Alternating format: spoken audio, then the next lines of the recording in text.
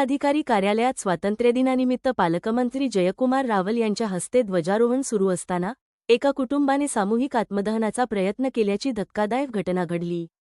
मात्र पोलिसांनी वेळीच हस्तक्षेप करत मंगलाबाई पाटील, राजेंद्र पाटील, भाग्यश्री व दिव्या पाटील यांना ताब्यात घेतल्याने मोठा अनर्थ टळला।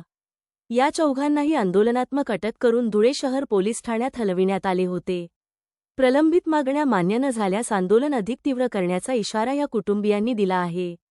शेती व्यवहारातील फसवणूक आणि मानसिक त्रासाला कंटाळून रामदास पाटील यांनी 7 जुलै रोजी आत्महत्या केली होती। या प्रकरणी जबाबदार 8 जणांवर गुन्हा दाखल करण्याच्या मागणीसाठी कुटुंबाने हे पाऊल उचलले। दरम्यान हे सर्व आरोप तक्रारदार कुटुंबाचे असून दुसऱ्या बाजूची प्रतिक्रिया अद्याप आलेली नाही। शिवाय तक्रारदार राजेंद्र पाटील यांच्याकडून यापूर्वी चेक बाउन्सचे खोटे गुन्हे दाखल केल्याचीही माहिती समोर येत आहे। त्यामुळे या प्रकरणाची सखोल पोलीस चौकशी झाल्यानंतरच खरी वस्तुस्थिती स्पष्ट होणार आहे।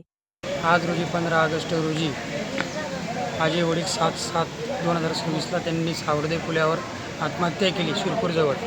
मी तक्रारी अर्ज नळडाणा पोलीस स्टेशनला दिलेला आहे, तरी माझी तक्रार नळडाणा पोलीस स्टेशनने अजून गुन्हे दाखल केलेले नाहीत।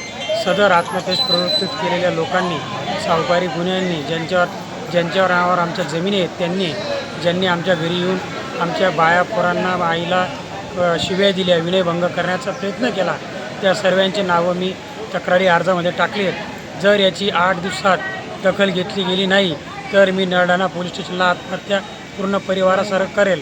कारण आज कलेक्टर ऑफिसला मी पालकमंत्र्यांना भेटण्यासाठी आलो होतो, पण पोलीस दलाने आम्हाला काही भेटू दिलं नाही।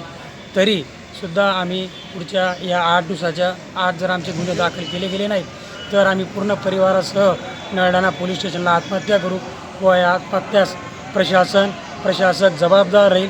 आणि माझी एकच विनंती आहे की सर्वांना न्याय मिळावा, आम्हालाही न्याय मिळावा, एवढंच पालकमंत्र्यांना सांगू इच्छितो।